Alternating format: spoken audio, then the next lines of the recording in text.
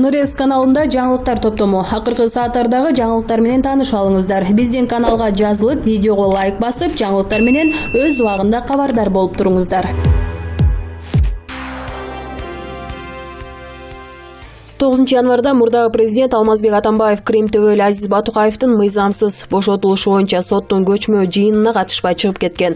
Ал сот департаментинин кызматкерлери анын жолун тосконуна карабай кетип калганын жактоочусу айткан. Бүгүн 20 январда Бишкек шаардык сотунда ЖЭП иши боюнча жактоочулардын апелляциялык даттануулары каралды. Анда мурдагы премьер-министр Сапар Исаков райондук соттук процесстин жүрүшү одону мыйзам бузуулар менен жүргөнүн айтып, бул соттук отурумдун деле акыйкат өтүшүнө көзү жетпешин билдирди.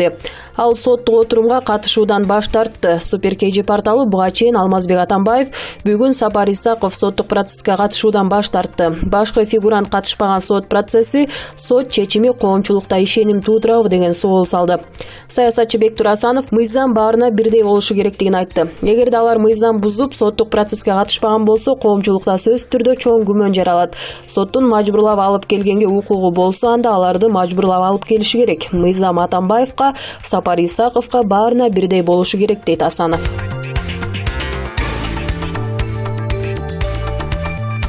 Түштүк Кореянын бийлиги коронавирустун жаңы тибинен өпкө оорусуна чалдыккан биринчи учур катталганын жар салды. Жергиликтүү Ренхап басылмасынын маалыматына караганда, жүрөк күчүн алган илдет Кытай менен Азия аймагында жайылышы ыктымал. Түштүк Кореянын ооруларды алдын алуу жана көзөмөлдөө борбору Инчхон эл аралык аэропортуна келген жүргүнчүлөрдүн бири коронавирустун жаңы тибине чалдыкканын аныктаган. Маалыматка караганда, аялдын буга чейин Кытайдагы Ухань шаарынын Хубэй провинциясына барып келгени аныкталган. Учурда ал жергиликтүү ооруканалардын биринде дарыланып жатат. Мындан сырткары өпкө оорусуна чалдыккан фактылар Япония менен Таиландда дагы катталды. Белгилей кетсек, декабрдын аягында Ухань шаарынын Хубэй провинциясында белгисиз өпкө оорусунун жайылганы байкалган. Адистер дарттын козгогучу коронавирус экендигин болгошкон. 19 январга карата ооругандардын саны 62ге жетти. Алардын 3-өө көз жумган. Коронавирус өзүнө 30дан ашык вирусту камтыйт. Алгач ирет 1965-жылы пайда болгондугу байкалган. Адамдардын үй жаныбарларынын куш, чочко, ири, мүйүздүү малдардын саламаттыгын жабыркатат. Оорудан дем алуу органдары, ичеги, карын, нерв системасы зыян тартат.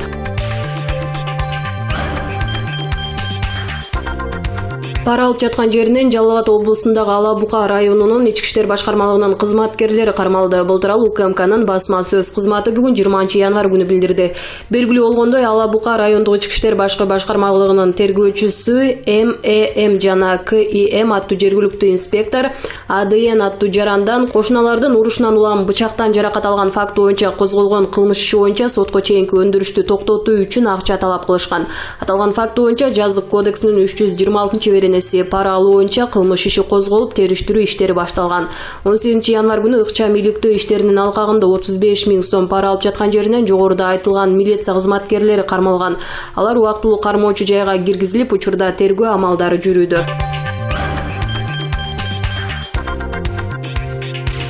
Бул тууралуу 20 январда юрист Чынара Жакупбекова билдирди. Анын айтымында, журналист бүгүн аскер прокуратурасына суракка чакырылган. Сурактан кийин дароо камакка алынып, убактылуу кармоочу жайга киргизилди.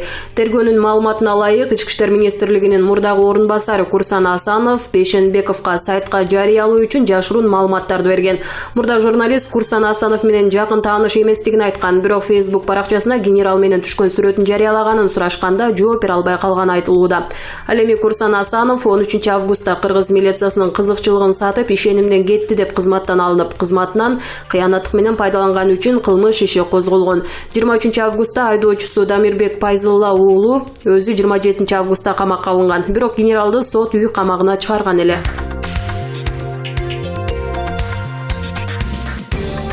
Украинанын 19 жаштагы тургуну кыздыгын аукционго коюп 1,2 миллион еврого сатты. Бул тууралуу чет элдик басылмалар жазып чыгышты. Маалыматка ылайык, учурда АКШда жашаган Катя аттуу 19 жаштагы кыз эскорт агенттиктердин биринин сайтына кыздыгын аукционго койгон. Кыздыктын баштапкы баасы 100 000 евро болуп, соода учурунда 1,2 миллион евро сунуштаган фитнес-клуб тармактарынын ээси 58 жаштагы Мюнхендик жеке ишкер жеңүүчү аталган. Жеңүүчү украиналык кызга дароо эле үйлөнүүгө макулдугун жана ай сайын 10 000 евро бөлүп турарын билдирген. Ал эми Катя кыздыгын саткан акчаны саякатка жана кооз жашоого жумшарын айткан. Катя менен жеке ишкердин жолугушуусу расмий түрдө сойкулукка уруксаат берилген Германиянын аймагында өтмөкчү.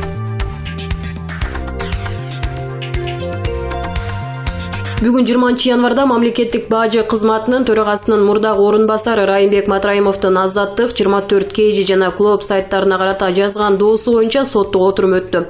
Соттук отурум Бишкек шаарындагы Свердлов райондук сотунда болду. Буга чейин Матраимов жогорудагы жалпыга маалымдоо каражаттарына карата арыз жазып 60 миллион сом доону талап кылган. Райымбек Матраимовдун арыз жазуусуна жогоруда аталган 3 редакциянын бажы чийиндердеги аткезчилик схемалар боюнча жарыялаган материалдары себеп болгон. Соттук отурумдун жүрүшүндө 24 KG сайтынын өкүлүнө суроо берилди. Анда доогердин жактоочусу 24 KG Матраимов тууралуу жазылган бул материалдын өзүн башка ЖМКдан көчүрүшү мүмкүн экендигин айтып, бирок темасын өзгөртүп койгондугун белгиледи. Ошондой коррупциялык схемалар менен кызыкчылыгын коргоп жаткан адамга алып барат деп жазганыңарга далил барбы деп сурады жактоочу. Анда 24 KG сайтынын өкүлү Эмил Жандаев ал материалдын темасы 24 KG тарабынан жазылган, бирок ага далилдер жок. Буга байланыштуу биз сунуштарды угууга даярбыз деди. Ошондой эле 24 KG сайтынын өкүлү аталган редакция журналисттик иликтөө жүргүзбөгөнүн, Азаттык менен Клоптун материалына ээлик кылбай турганын, колдорунда далили да жоктугун билдирди. Жогорудагы сайттарга карата доо арыз менен сотко кайрылууга чейин Жогорку Кеңештин депутаты Искендер Матраимов жалпыга маалымдоо каражаттарына түшкөн даттанууларды териштирүү боюнча комиссияга кайрылган. Анда депутат Азаттыкка карата жазган арызы боюнча чечим чыгарууну суранган, бирок комиссия кайрылууну кароодон баш тартуу бүтүмүн кабыл алышкан.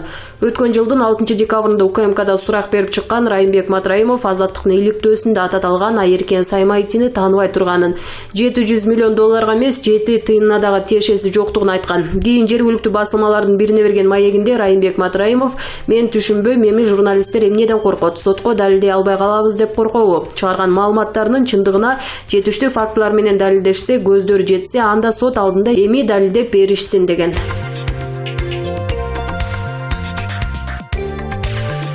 Чүй облустук ички иштер башкармалыгы Токмок шаарында маньяк пайда болгону тууралуу маалымат тастыкталбаганын билдирди. Буга чейин кыздарды аңдыган адам пайда болгону тууралуу маалымат тарап кеткен.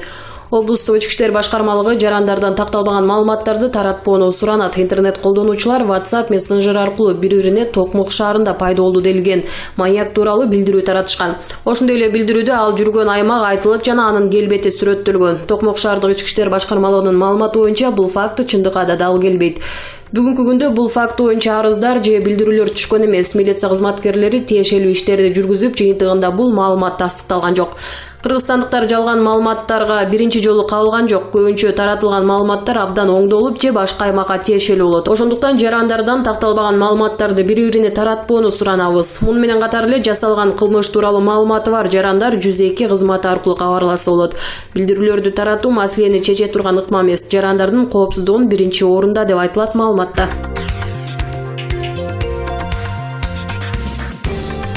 Жактоочу Бактыбек Жумашевке белгисиз бирөө ата деп чалып, бирөөнү унаасы менен сүзүп алганын жана ага $200 таап берүүнү талап кылган алдамчынын сүйлөшкөн сөзүн сот тармакка жарыялады. Анын айтымында алдамчы милиция тергөө иш-чарасын жүргүзбөө үчүн жок дегенде 14 000 сом керек деген. Бактыбек Жумашев сүйлөшкөн киши уул эмес, алдамчы экенин дароо аңдап, керектүү сумманы таап берүү үчүн 1 саат убакыт берүүнү суранган.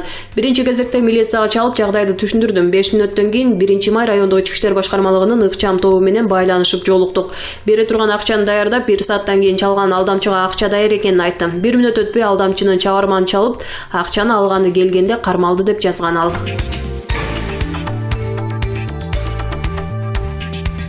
Нарындык ата мекенчилер партиянын жаңылануу саясатынын иш жүзүнө ашып жаткандыгын көргөзүштү. Бул тууралуу Ата мекен партиясынын маалымат кызматы билдирди. 18 январ күнү Нарын шаарында Ата мекен социалисттик партиясынын облустук конференциясы болуп өттү. Облустук конференцияга жаш саясатчылар Ата мекен партиясынын төрага орун басары Наталья Никитенко, партиянын Бишкек шаары боюнча жаңы координатору болгон Уланбек Турдалиев, Ыскөл облусу боюнча жаңы координатор Бакыт Рыспаев, Алмамбет Шыкмаматовдун ордуна Нарын облусу боюнча координатор болуп шайланган Эрлан Аскаров жана Ата мекендин төрага орун басары экс-вице-спикер Асия Сасыкбаева катышты.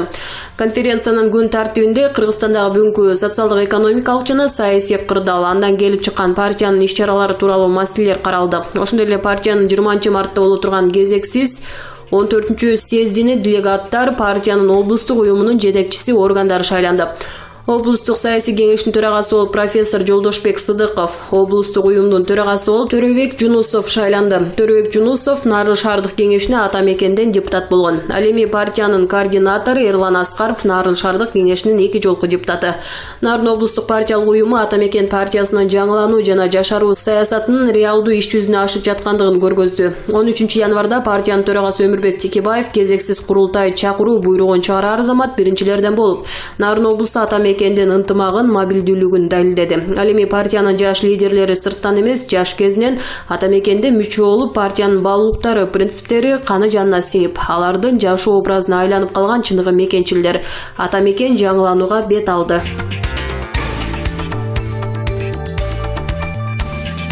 Казакстандын 6 шаарында Кыргызстан жана Армениянын номерлери менен автоунааларды колдонууга тыюу салынганына каршы наразычылык акциялары жүрүп жатканын Вести Кейжи сайтынын кабарчысы маалымдады. Басымдуу көпчүлүгү жеке таашуу менен алектенген айдоочулардын айтымында алар эми нан таап жеген жалгыз кирешелеринен айрылмай болушууда. Биз ушул унаалардын аркасы менен нан таап жейбиз. Биз жыргаганыбыздан Кыргызстан менен Армениядан келген унааларды айдап жүргөн жокпуз. Бизде башка унаа алганга акча жок.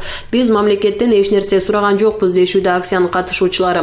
Наразычылык акциясына келгендер бийликтен чет өлкөгө таандык номерлүү унааларды каттоого алууну талап кылышууда. Алар Бажы Союзунда Казакстандан барган транспорт каражаттары эч кандай тоскоолдуксуз эле Армения, Россия жана Кыргызстанда каттоого алынарын айтышууда. Эмнеге бизде Казакстанда деле Бажы Союзунан келген транспорт каражаттарын каттоого алуу мүмкүн эмес деп айдоочулар суроо салышууда. Бүгүнкү күндө Кыргызстан жана Армениянын номерлери бар автоунаалардын ээлери унааларын кайра каттоодон өткөрүп, же болбосо 30 күндүн ичинде өлкөдөн чыгып кетүүгө милдеттүү. Мындай эреже Россиялык жана Белорусиялык номерлүү унааларга карата колдонулбайт. Кыргызстан менен Арменияда 2020-жылга чейин бажы төлөмдөрү боюнча жеңилдетилген шарттар иштеп келген. Башкача айтканда, Евразиялык экономикалык биримдиктин башка мүчөлөрүнө Россия, Белоруссия жана Казакстанга караганда алда канча ылдый эле деп буга чейин билдирген Казакстандын ички иштер боюнча вице-министри Марат Кожаев. Ички иштер министрлигинин маалыматына ылайык, Казакстанда учурда кыргыз жана армян номерлүү автоунаалардын саны 170 миңге жакын. Чет мамлекеттерден алынып келинген унааларды ээлеринин аларды кайра каттоодон өткөргүлөрү келбегенин, алар каттоо жол жоболорунун кымбаттыгы менен түшүндүрүшөт. Бажы төлөмдөрүнөн сырткары казакстандыктар утилизация жыйымдарында төлөөгө милдеттүү. Ал эми анын баасы адатта унаанын наркы менен барабар.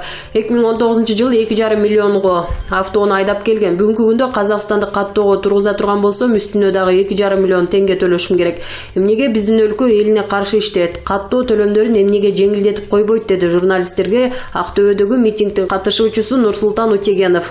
Утилизация жыйымдары Казакстанда автоунааны сатууда алынган төлөм. Казакстандын өкмөтү калктарды утилизация кылуу системасын өнүктүрүүгө колдонулушу керек болгон бул төлөмдү чогултуу боюнча жалгыз укуктуу ТОО оператор РОП жеке ишканасына ыйгарган. Ошол эле маалда айлана чөйрөнү коргоо бул мамлекетке тиешелүү милдет жана маселе. Казакстандык ММКлардын маалыматтарына ылайык, жеке ишкана бул төлөмдүн аркасы менен жылына $40 миллион табат.